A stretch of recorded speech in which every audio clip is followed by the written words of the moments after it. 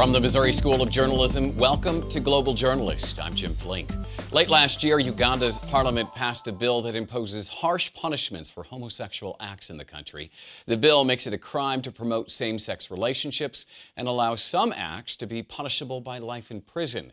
An earlier version included the death penalty in some instances. The legislation, which has yet to be signed by Uganda's president, has drawn widespread condemnation from Western countries since it was first introduced back in 2009. Now, a new documentary tracks the rise of the anti-gay bill in Uganda and its connection to American evangelical groups. The film, God Loves Uganda, follows a group of missionaries from the Kansas City-based International House of Prayer as they proselytize in the East African nation. Through candid interviews with individual members and prominent Christian leaders, the film spotlights the level of influence such groups have in that country. And joining me now is the film's Academy Award-winning director, Roger Ross Williams. Thanks for being with us today. Great to be here. And joining us via phone is freelance journalist Patience Akumu, who is based in Kampala. And Roger, let's go ahead and let's start with you, and let's talk about the inspiration for this film. Where did it come from? Well, you know, I grew up in the African-American Baptist church. My father is a leader in the church. My sister is a pastor in the church. My uncle's the pastor of the church. You know, it's the family business. So I grew up with singing in the gospel choir. I grew up with a strong sort of, Christian base in my life. When I just really read about what was going on. My last film was in Zimbabwe. I noticed the sort of hold fundamentalist evangelical Christianity had on sub-Saharan Africa. And there was sort of church on every corner. So I became curious and sort of, trying to do something about sort of faith and what was going on in Africa. And then I read about what was going on in Uganda and just went there. Yeah, and going there, first, you had remarkable access to, as someone who lived in Kansas City for 15 years, the International House of Prayer is not known for allowing outsiders in, let alone letting media come in, and yet you had remarkable access to them at a very core level. How did you establish that? The first day I went there, I met with John O'Hall, the media director. He said, "You're part of the gay agenda," and I said, "I'm not part of any agenda. I'm a filmmaker, and I'm here to tell a story, and I'm going to let you speak for yourself. I'm going to let you, in your own words, if you really believe what you believe, stand up for your beliefs."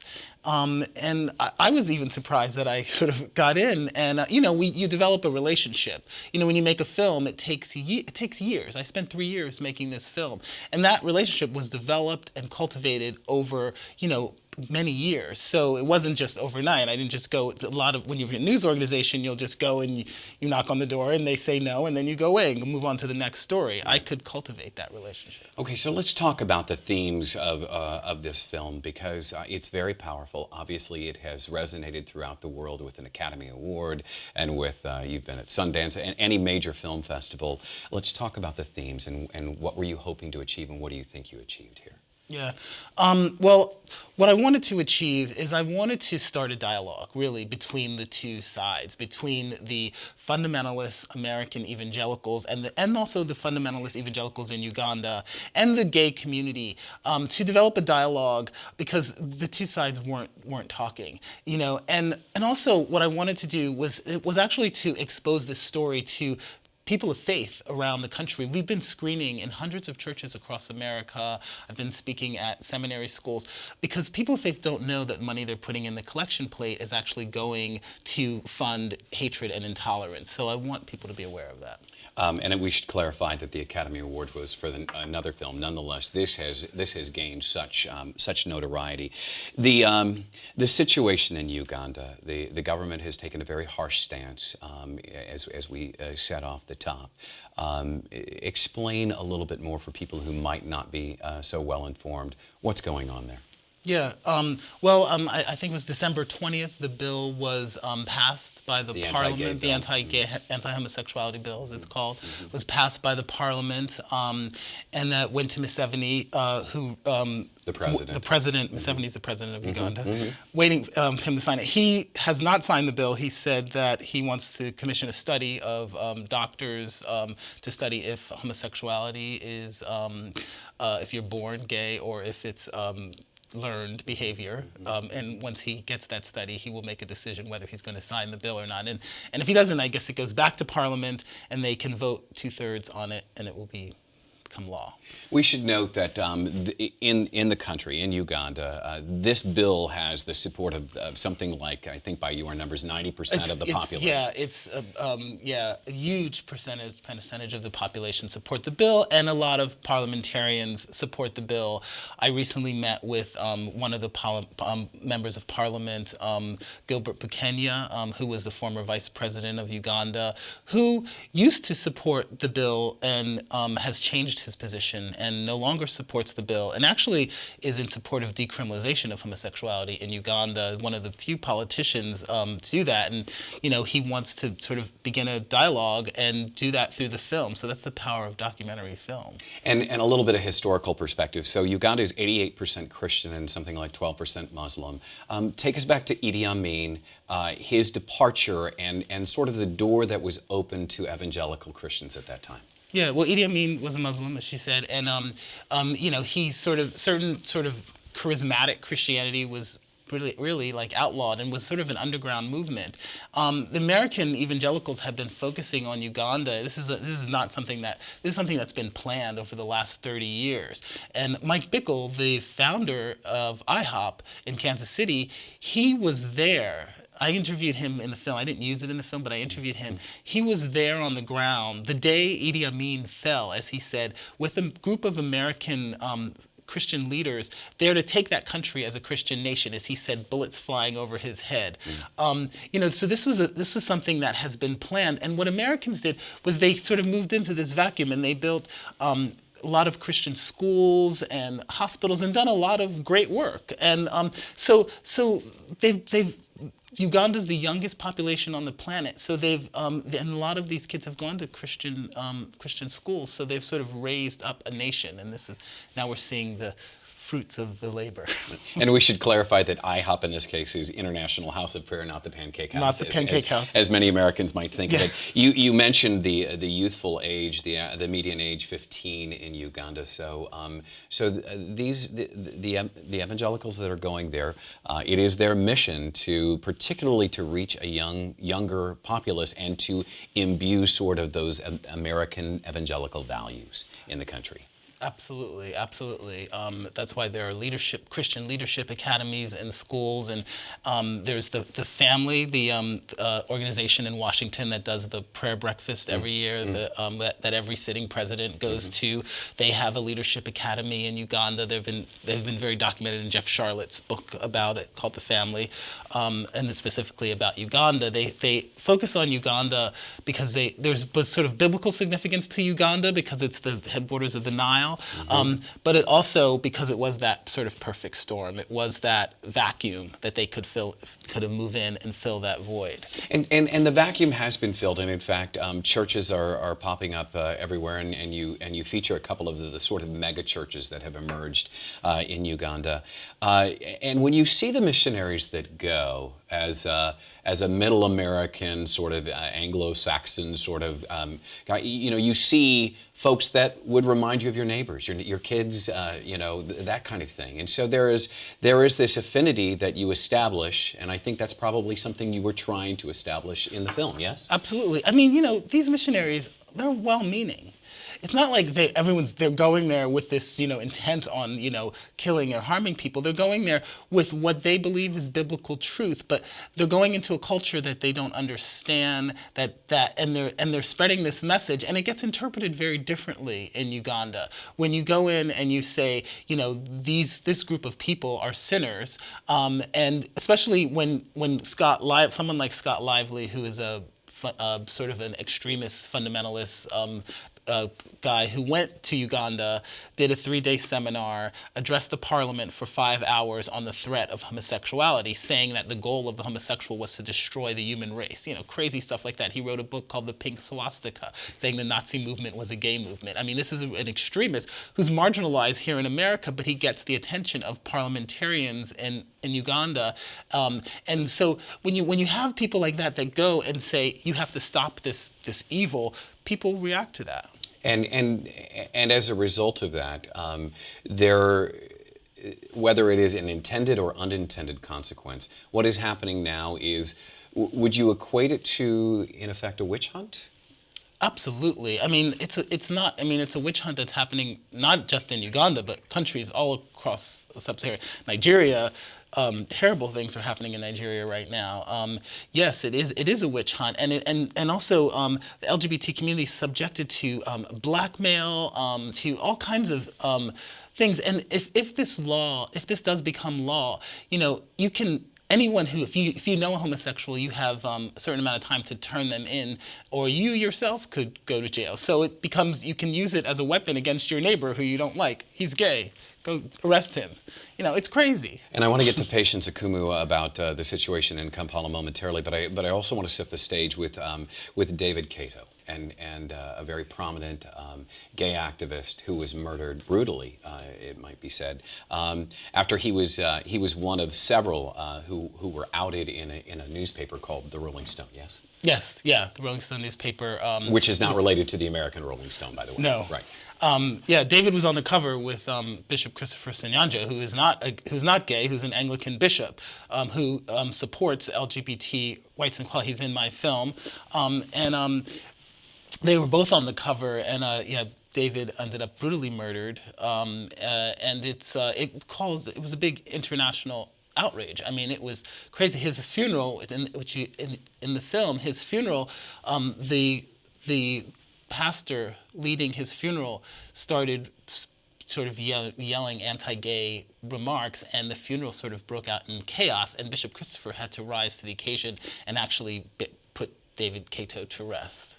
And before we continue our discussion, I do want to remind everyone that you can actually view or listen to this program anytime by downloading our podcast. That's at globaljournalist.org. You can also find interesting articles, photos, and interviews related to all the things we're talking about in this program on our website. And you can send us your questions and comments via globaljournalist@kbia.org or on our Facebook page. You can also follow us on Twitter at globaljourn. And this gives us kind of an opportunity to bring in Patience Akumu, who is based in Kampala and has been reporting on a lot of these issues in Uganda. Patience, maybe we can start by establishing how difficult it must be to report on these issues in a country where the conversation is not encouraged. Yes, it's been really complicated covering the gay issue, because as a reporter who's daring to write about this territory, you risk being labeled gay. That's a very label, I must say.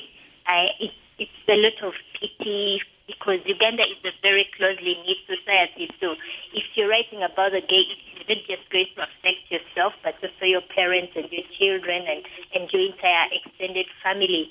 So it's been almost, hostile. You can see people saying, is she gay? Is she a sellout? Has she been given a lot of money by Western donors to do this? And within the profession as a journalist, they've questioned my commitment to the profession, because many journalists, as a matter of principle, are not going to cover gay rights. They feel like they're filling out African culture.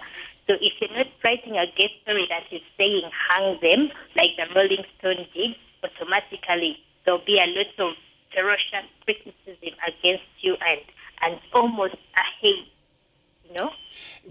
Absolutely. And as a follow-up to that, you reported back in December that beyond the issue of gay rights, now there, as part of this law, for instance, there is a law that outlaws miniskirts. Can you kind of go into that a little bit? Yeah, there is an obsession with all that is sexual in Uganda, and it's pretty new, because a lot of cultures, it's a very diverse country with several ethnicities, and many of them actually wear clothes that expose their body parts. But suddenly the religious leaders and the politicians come out and say, no, we do not want women looking too sexy.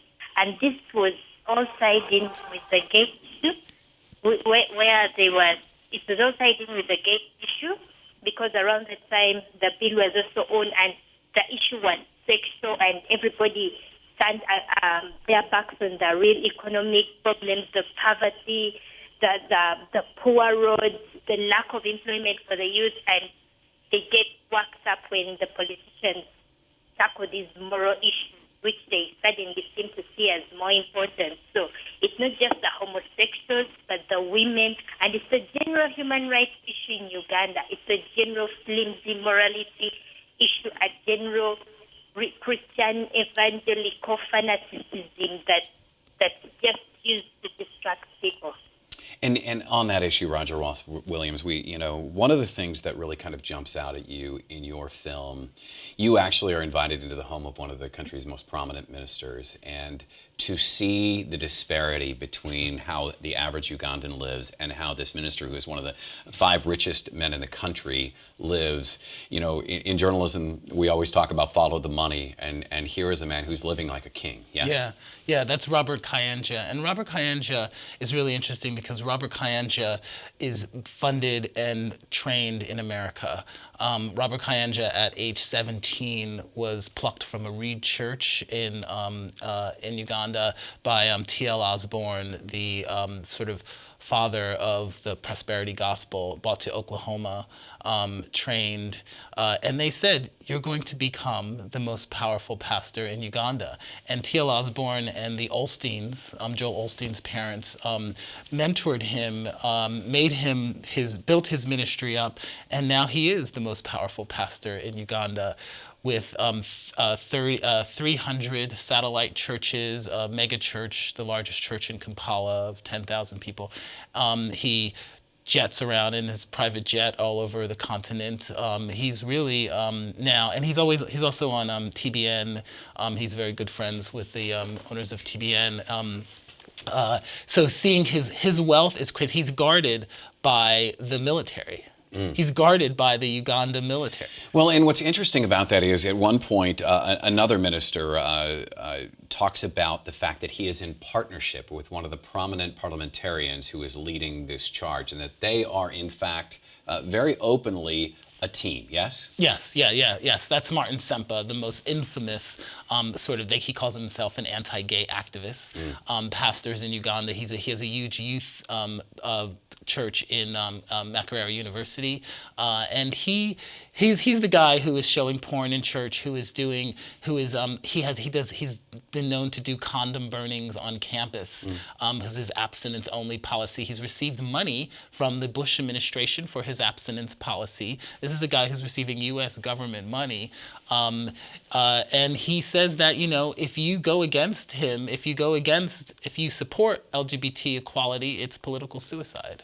This obsession with sex that Patience referenced earlier, you cited a statistic last night during the preview of your film that was a little bit shocking, and that was regarding the use of gay porn in Uganda. Yeah. Google just came out with a study of the top countries to search for gay porn, and Uganda is number 3. Yeah. And what do you make of that? Is that to make the argument? Is there something to extrapolate from that? When you repress people, when you have, this is a country, Uganda is a country really obsessed with sex, as Patience said, the outlawing miniskirts. There's a healthy sort of tabloid with a lot of naked girls in the newspapers. They're pretty obsessed with sex, and they're really obsessed for some reason with gay sex. And I don't know if it's the pastors doing research like Martin Sempa, who's showing porn in church, or if it's just the general public. But it's an obsession in Uganda. Strange. We should establish that you are a gay man and that you were actually outed in a meeting with a minister in Uganda, which must have, in this climate, been terrifying for you. Yeah, some of the biggest anti-gay pastors in Uganda invited me to dinner at their home, and they pulled out an email that said that I'm a gay man, and I was terrified. I mean, I just kind of froze because I didn't know what to do. I was with my crew, and they did all the talking. I denied it. I didn't know, and they decided that they also Googled me, and they said, you want an Academy Award? We're going to cure you. We're not going to kill you. We're going to cure you. And they started to pray over me, and I just went with that.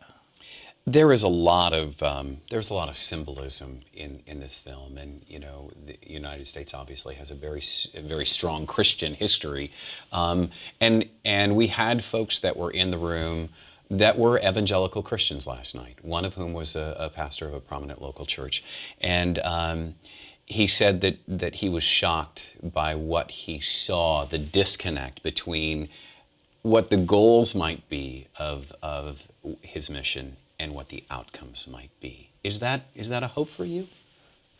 Yeah, I really want Christians to see this film and actually, think about that. Even by being silent. What I said last night was that by being silent, we did a screening at the National Cathedral in Washington, and we had a very prominent LGBT activist from Uganda there who had gone to the church to be cured of her lesbianism at the time, and she was corrective raped for 1 week.